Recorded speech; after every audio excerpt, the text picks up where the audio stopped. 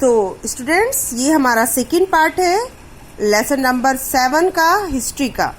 तो इस टॉपिक में हम पढ़ेंगे टीचिंग ऑफ द उपनिषद, यानी कि जो उपनिषद पढ़ाए जाते थे उस समय, जो होली बुक्स थी हिंदू रिलीजन में, उसकी क्या टीचिंग थी, मतलब उसमें क्या पढ़ाया जाता था, क्या बताया जाता था उस समय। ये पिक्चर्स देख रहे हैं, इस तरीके से आश्रम में जाके स्टूडेंट अपने गुरु के पास बैठकर पढ़ते थे। इससे पहले हमने मीनिंग पढ़ी है ना, उपनिषद की मीनिंग सी होती थी sitting near to the teacher. अब क्या क्या होता था, there are 2 main concept in the Upanishad. 2 चीजें मेनली बताई जाती थी उपनिषद में, एक है आत्मा और एक है परमात्मा। आत्मा मीन्स यानी कि जो इंडिविजुअल्स है, जो हम सब जो प्राणी हैं इस अर्थ पर, उनकी आत्मा होती है, और एक होता है परमात्मा। परमात्मा से मतलब होता है ईश्वर। तो ये सारी चीजें बताई जाती थी कि किस तरीके से आत्मा और परमात्मा में डिफरेंस है, और उसके लिए क्या होता है, जो आत्मा है एक पर्सन की, वो नेवर डाई, वो कभी नहीं मरती, and get reborn after the death. और जो आत्मा है वो डेथ के बाद दोबारा जन्म लेती है, और ये क्या होता है, एक नए शरीर से, यानी कि उसकी बॉडी न्यू मिलती है उसे। This is conformity with the cycle of birth, और इस तरीके से जीवन का चक्र चलता रहता है।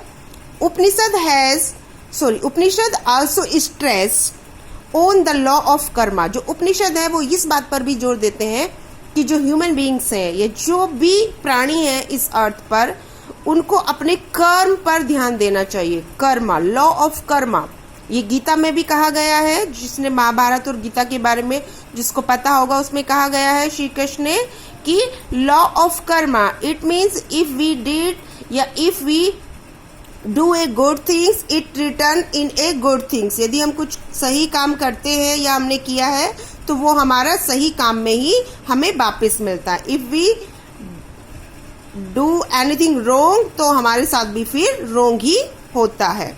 तो कर्मा इम्पल्स, जो कर्मा है वो इस बात पर ध्यान देते हैं कि one deeds in the past leaves which a jiva मतलब क्रेचर, जो भी जीव है इस अर्थ पे, चाहे वो ह्यूमन बींग्स हो या एनिमल्स या इंसेक्ट जो भी हो, reborn cycle of birth and death, उनका जीवन चक्र चलता रहते हैं, यानी कि वो जन्म लेते हैं, फिर उनकी मृत्यु होती है और फिर जन्म लेते हैं। ये कब तक चलेगा, जब तक हम मोक्ष की प्राप्ति नहीं कर लेंगे।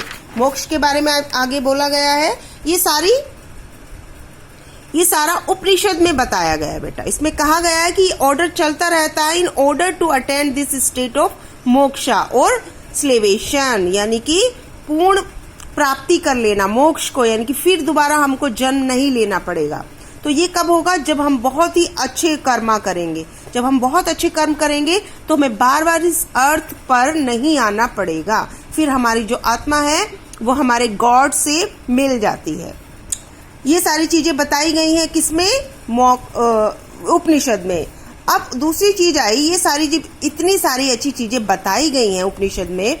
उपनिषद में और किन चीजों को सिखाया जाता था, मेडिटेशन। मेडिटेशन क्या होता है, जब ध्यान लगाना, रिक्टेशन ऑफ वर्सेस मतलब जो मंत्र हैं या जो पोएम्स हैं उनका उच्चारण करना, ये सारी की सारी चीजें हम लोगों को बताई जाती थी, उपनिषद में पढ़ाया जाता था। बहुत सारे बेसिक ट्रूथ लाइफ के बताए जाते थे। अब cause for the growth of new religious ideas. अब ऐसे क्या कारण थे, जब सब कुछ इतना अच्छा था तो नए धर्म और नए विचार आने के क्या कारण थे। देखिए, कोई भी चीज यूं ही नहीं आ जाती, उसके पीछे बहुत बड़ा रीजन होता है, कुछ ना कुछ प्रॉब्लम्स होती हैं, तभी नए विचार और नए धर्म आते हैं, नई सोसाइटी चेंज होती है।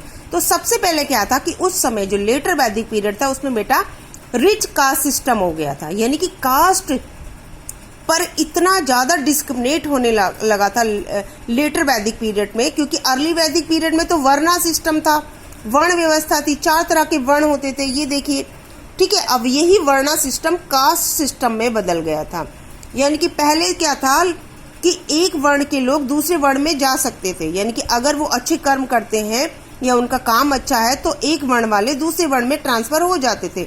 बट लेटर वैदिक पीरियड में क्या हुआ, यही वर्णा व्यवस्था कास्ट में बदल गई, और फिर ऐसा माने जाने लगा कि कुछ लोगों के द्वारा कि अगर आप एक कास्ट में जन्म लिया है तो आप पूरे होल लाइफ उसी कास्ट के रहोगे, और ये आज भी हम फॉलो करते हैं। तो इसमें क्या था, ये कास्ट सिस्टम में वर्ड तो वो ही रहे, लेकिन ये बहुत रिज हो गई। रिज मतलब बहुत कठोर। और इसका बहुत ही कठोरता से सोसाइटी के लोग पालन करने लगे। जैसे कौन थे? सबसे ऊपर आते थे इसमें ब्राह्मण, फिर क्षत्रिय, वैश्य और शूद्र।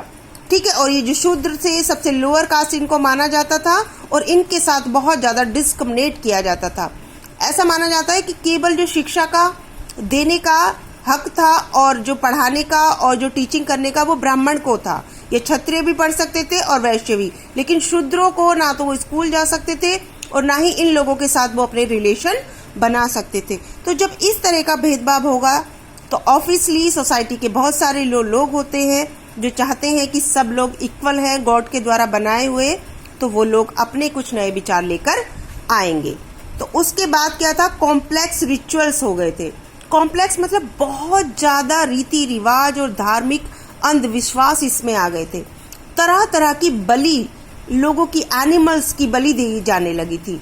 बहुत ज़्यादा पूजा पाठ किया जाने लगा था। लोगों को फोर्स किया जाने लगा था कि अगर आप इस तरह से नहीं करोगे तो आप इस सोसाइटी के पार्ट्स नहीं रहोगे। ठीक है, तो लोगों ने, बहुत सारे लोगों ने इसके खिलाफ आवाज उठाई, तो नए विचार और नए धर्म वहीं से बनने शुरू हुए।